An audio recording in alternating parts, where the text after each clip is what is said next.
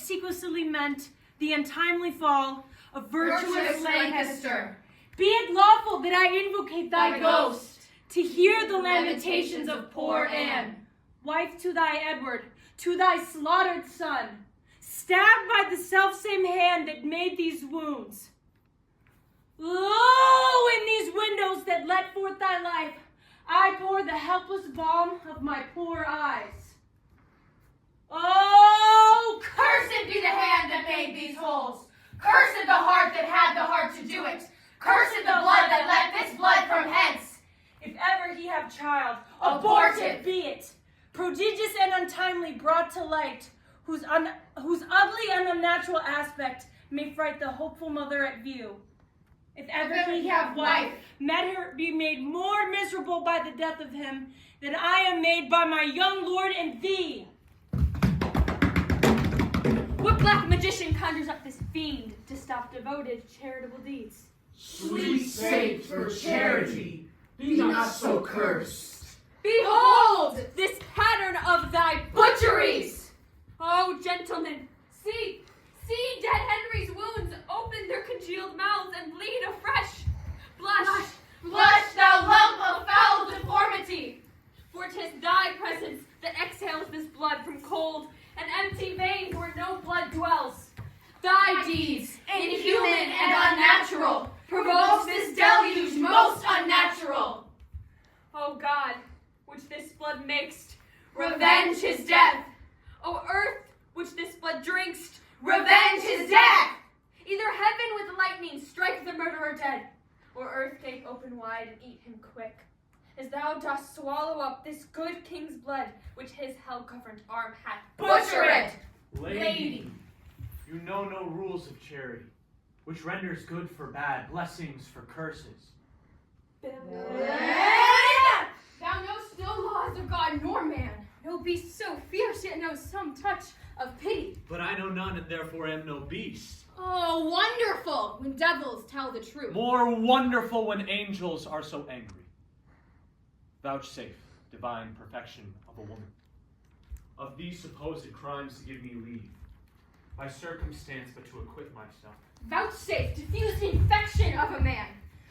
Of these known evils, but to give me leave by circumstance to curse thy cursed self. Say that I slew them not. They say they're not slain, but dead they are, and devilish fiend, by thee. I did not kill your husband! Why then, he is alive? Nay, he is dead, and slain by Edward's hands. In thy foul throat thou liest. Queen Margaret saw thy murderous falchion smoking in his blood, that which she once did bent against her breast, but that thy brothers beat aside the point. I was provoked by her slanderous tongue, which Then would leave lay guilt Upon upon my guiltless shoulders. Thou was provoked by thy bloody mind, that never thought on aught but butcheries. Didst thou not kill this king? I grant you. Dost grant me, hedgehog? Then God grant me too. Thou mayst be damned for that wicked deed. Oh, he was gentle, mild, and virtuous!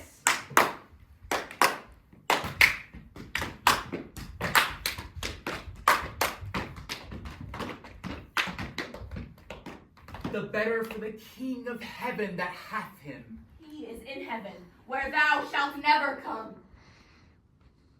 Let him thank me, that helped to send him thither, for he was fitter for that place than earth. And thou unfit for any place but hell. Yes, one place else, if you will hear me name it. Some dungeon. Your bedchamber. your bedchamber.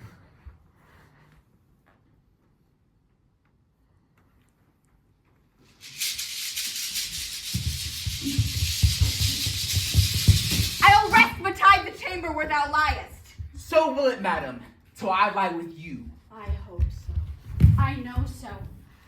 But gentle Lady Anne, to leave this keen encounter of our wits and fall something into a slower method, was not the causer of the timeless deaths of these Plantagenets. Henry. and Edward. as blameful as the executioner. Thou wast the cause and most accursed effect. Your beauty was the cause of that effect. Your beauty! That did haunt me in my sleep to undertake the death of all the world, so I might live 1 hour in your sweet bosom. If I thought that, I tell thee, Homicide! These nails should rend that beauty from my cheeks. Curse not thyself, fair creature, for thou art both. I would I were to be revenged on thee. It is a quarrel most unnatural to be revenged on him that loveth thee. It is a quarrel just and reasonable to be revenged on him that killed my husband. He that bereft thee, lady, of thy husband, did it to help thee to a better husband. His Better doth not breathe upon the earth. He lives that loves thee better than he could. Name him! Plantagenet! Why, that was he. The self-same name, but one of better nature. Where is he? Here. Why dost thou spit at me? Would it were mortal poison for thy sake, Never came poison from so sweet a place. and never hung poison on a fowler toad. Out of my sight, thou dost infect mine eyes. Thine eyes, sweet lady, hath infected mine.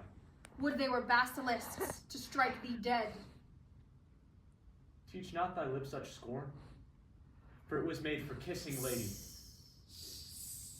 not for such contempt.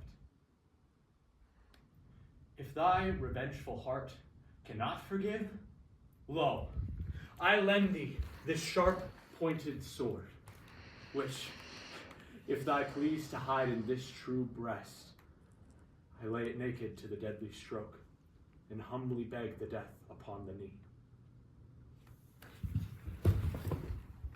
Nay, do not pause, for I did kill King Henry, but 'twas thy beauty that provoked me.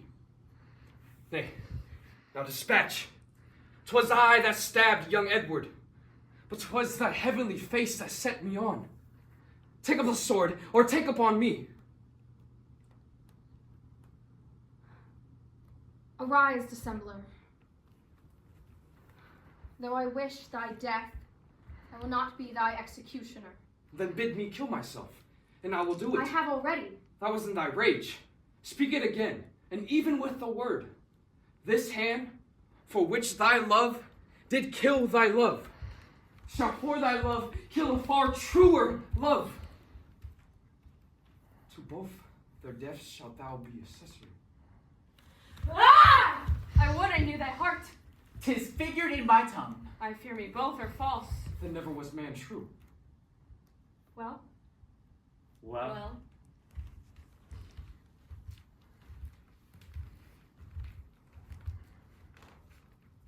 put up your sword. Say then, my peace is made. That shalt thou know hereafter.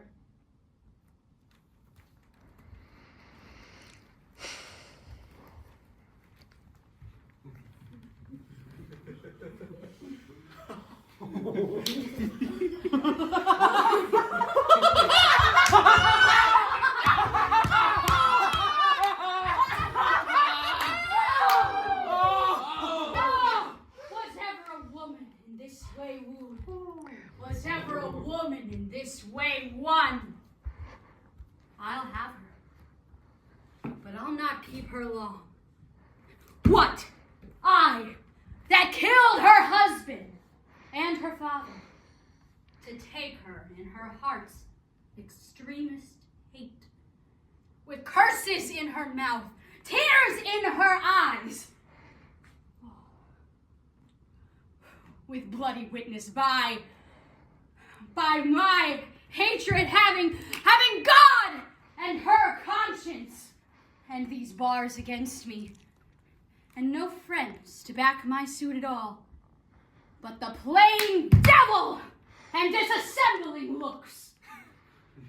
And yet to win her, all the world to nothing. Has she forgot already that brave prince, Edward, her lord, whom I some 3 months since stabbed in my angry's mood at Tewkesbury? A sweeter and lovelier gentleman, framed in the prodigality of nature, young wise, valiant, and no doubt right royal. A spacious world cannot afford again. And will she yet abase her eyes on me, that cropped that golden prime for her sweet prince, and wooed her to a woeful bed, on me, who's not equal to Edward's moiety, on me, who has been misshapen thus? Since I am crept in favor with myself, I shall maintain it with some little care.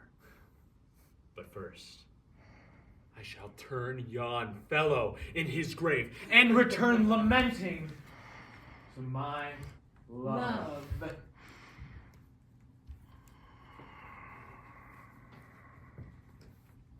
Shine out, fair sun, till I have bought a glass, that I may see my shadow.